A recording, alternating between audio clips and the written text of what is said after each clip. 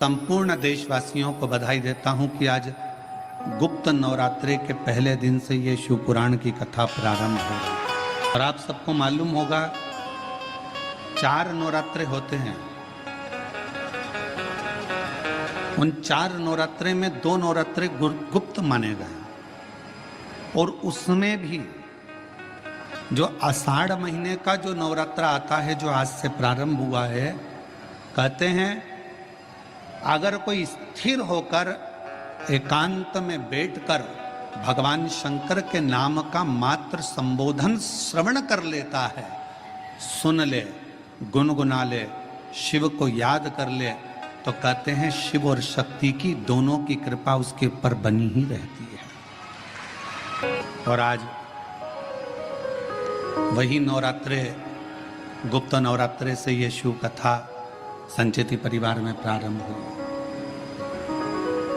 और उसमें परिवार को तो साधुता है, पर साथ में बेजापुर वालों के भी कोई 2 लोटे जल का कमाल है, ये पक्का है कि कथा आपके माध्यम से ये संपूर्ण बेजापुर वालों को श्रवण करने का सौभाग्य है।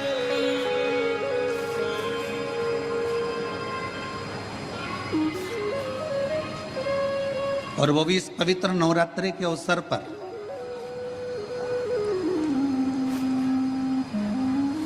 एक बेलपत्र के वृक्ष की महत्वता शिव महापुराण के प्रारंभ ही बता देता है। और फिर निवेदन करेंगे, आज से नवरात्रे प्रारंभ हुए हैं, 9 दिन तक ये गुप्त नवरात्रे के 9 दिन।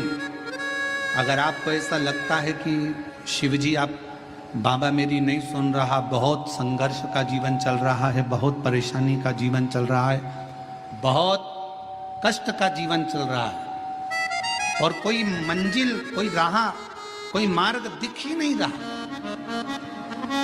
तुम्हारा कैसा भी दुख है, जो आज गुप्त नवरात्रे प्रारंभ हुए हैं, आज से 9 दिन तक का एक नियम ले लो गुप्त नवरात्रे में कि मुझे शिवजी के मंदिर में अशोक सुंदरी वाली जगह पर एक बेलपत्र माँ हेमवती माता के नाम से, कौन सी माता? हेमवती, माँ हेमवती के नाम से एक बेलपत्र अशोक सुंदरी वाली जगह पर समर्पित करूंगी। 9 दिन का एक नियम धारण करो और 12वें या 15वें दिन आप देखिए आपका जो दुख है मेरा बाबा उसको काट कर ही रहा। गुप्त नवरात्रे जो आज से प्रारंभ हुए हैं, गुप्त नवरात्रे जो आषाढ़ महीने का ये गुप्त नवरात्रा है, इस नवरात्रे में हेमवती माता का स्मरण करना, एक बेलपत्र का पूजन करना, या एक बेलपत्र के वृक्ष के नीचे आप 9 दिन तक भी, अगर मंदिर तक भी नहीं जा सकते, मंदिर में आप बेलपत्र रखने नहीं जा सकते, तो आपके घर के आंगन में, द्वारे पर, बगीचे में, आपके घर के पास अगर कोई बेलपत्र का पौधा है, वृक्ष है, उस बेलपत्र के वृक्ष के सामने एक बेलपत्र का पत्ता रखकर भी अगर आप उस पर जल चढ़ा रहे हैं या पूजन कर रहे हैं हेमवती माता के नाम से, तो उसका फल आपको मिलेगा। और मान लो बेलपत्र का वृक्ष भी नहीं है, हम मंदिर भी नहीं जा सकते, हम कहीं नहीं जा सकते, घर से बाहर कैसे निकलें, पानी तेज है, जलवृष्टि हो रही है, बहुत सा पानी है, तो क्या करें? अपने घर में जो शिवलिंग है, तुम्हारे घर में अगर जो शिवलिंग है, तुम्हारे घर में जो शिवलिंग विराजमान है, उसी शिवलिंग के साक्षी में, सम्मुख में भी अगर हेमवती माता का नाम लेकर अगर एक बेलपत्र समर्पित करोगे 9 दिवस तक, तो उसका फल मिलेगा जरूर, उसका फल मिलेगा। फिर से बोलो, कौन माता? हेमवती माता। कौन है ये? शिव महापुराण की कथा कहती है, जब माता पार्वती जी हिमालय राज के घर में प्रगटी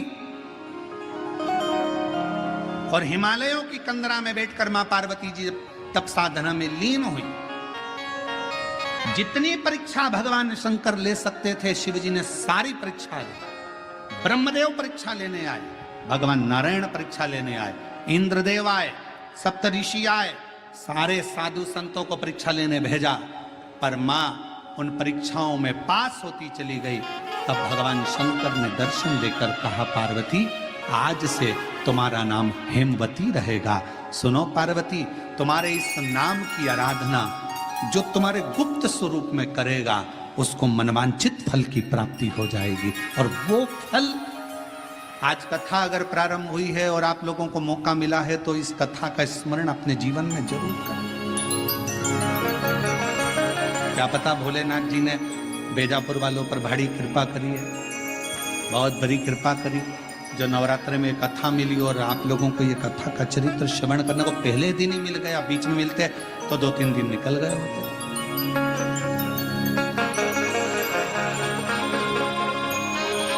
शिव, तो शिव के पास में जाओ, भगवान शंकर के करीब में जाओ, शिव जी के नजदीक में जाओ, देवादिदेव महादेव के पास में जाओ, तो चेहरे पर थोड़ी सी प्रसन्नता।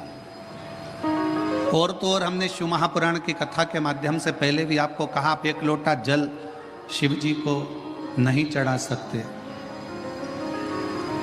आप भगवान शंकर को अगर 1 लोटा जल नहीं चढ़ा सकते, आप भगवान शंकर को बेलपत्र नहीं चढ़ा सकते, आप भगवान शंकर को अगर एक पुष्प भी समर्पित नहीं कर सकते, शंकर के मंदिर में भी नहीं जा सकते, शिव के मंदिर में भी अगर प्रवेश नहीं कर सकते, शंकर के मंदिर में भी, भगवान शिव के द्वार पर मंदिर में भी अगर नहीं जा सकते, तो पहले भी कथा में कहा, फिर कह रहे हैं बेजापुर की इस पवित्र भूमि पर कि शिव के मंदिर भी ना जा सको तो शंकर के मंदिर के सामने से जब निकलो तो थोड़ा सा मुस्कुरा कर निकल जाना, तो भी शिव करुणा कर देते हैं, शिव कृपा कर।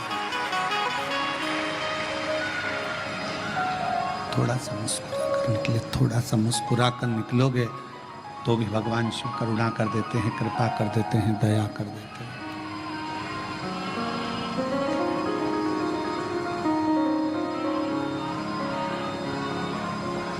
शिव करुणा सागर है, शिव दया सागर है, शिव कृपा सागर है।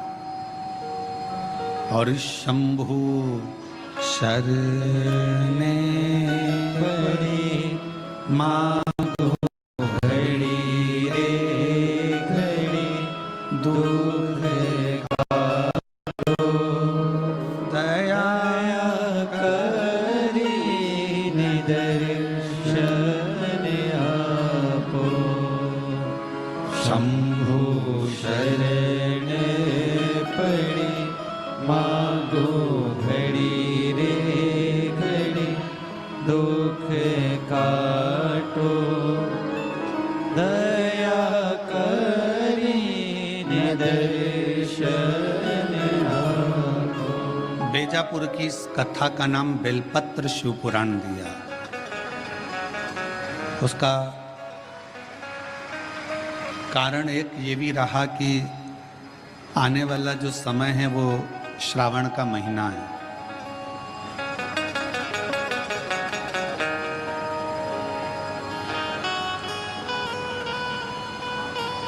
आने वाला जो समय है वो श्रावण का महीना है, और श्रावण के महीने में जब आप और हम प्रवेश करें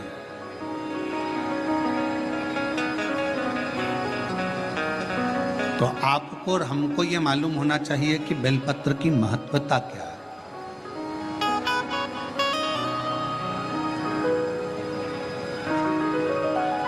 संचेती परिवार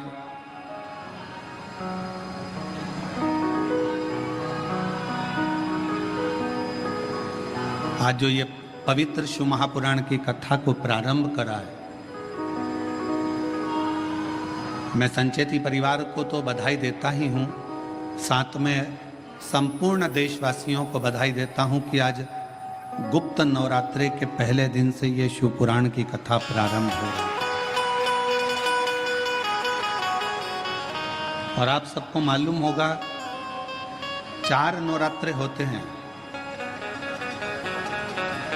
उन 4 नवरात्रे में 2 नवरात्रे गुप्त माने गए, और उसमें भी जो आषाढ़ महीने का जो नवरात्र आता है, जो आज से प्रारंभ हुआ है, कहते हैं एक बार माँ पार्वती जी ने भगवान देवादिदेव महादेव से अमरनाथ की गुफा में एक प्रश्न किया और अमरनाथ जी की गुफा में प्रश्न किया कि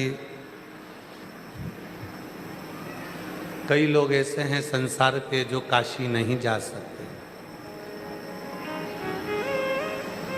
केदार नहीं जा सकते, अमरनाथ नहीं आ सकते, सोमनाथ, मल्लिकार्जुन, महाकाल, नागेश्वर, ओमकारेश्वर, भीमाशंकर, कृष्णेश्वर, मल्लिकार्जुन, रामेश्वरम नहीं जा सकते। तो है कहते हैं अगर कोई स्थिर होकर एकांत में बैठकर भगवान शंकर के नाम का मात्र संबोधन श्रवण कर लेता है, सुन ले, गुनगुना ले, शिव को याद कर ले, तो कहते हैं शिव और शक्ति की दोनों की कृपा उसके ऊपर बनी ही रहती है।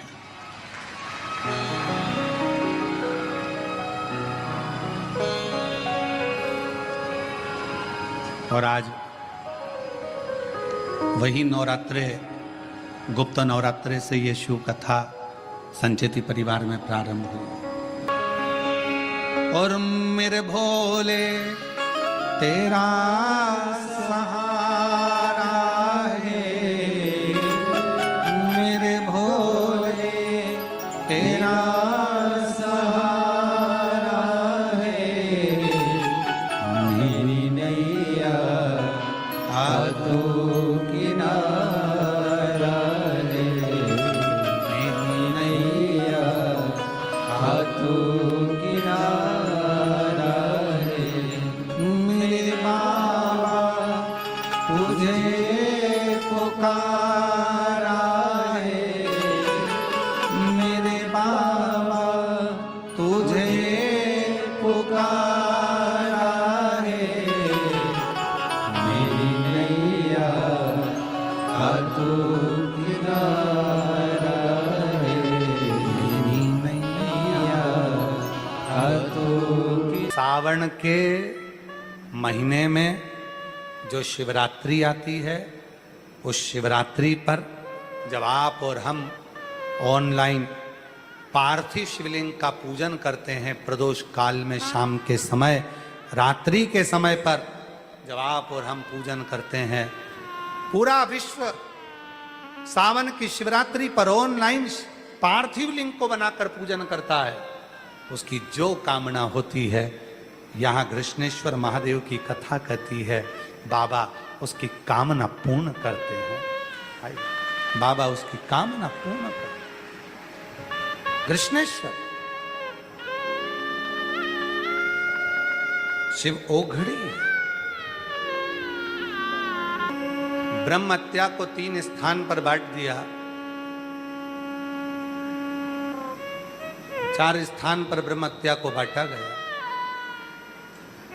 पहला जल को दिया, जल के ऊपर जो फेन होता है वो ब्राह्मण हत्या का दोष माना जाता है।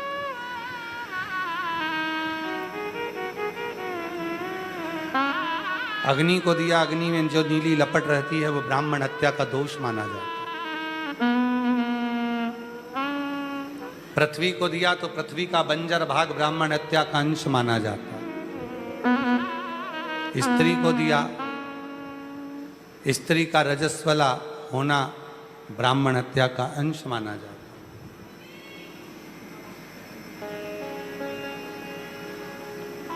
ब्राह्मण हत्या का अंश माना जाता है। 4 स्थान पर ब्रह्म हत्या को बांटा गया, और 4 स्थान पर जब ब्राह्मण हत्या को बांटा, फिर बत्रासुर के साथ में युद्ध हुआ इंद्र का, सब कुछ समाप्त हो गया।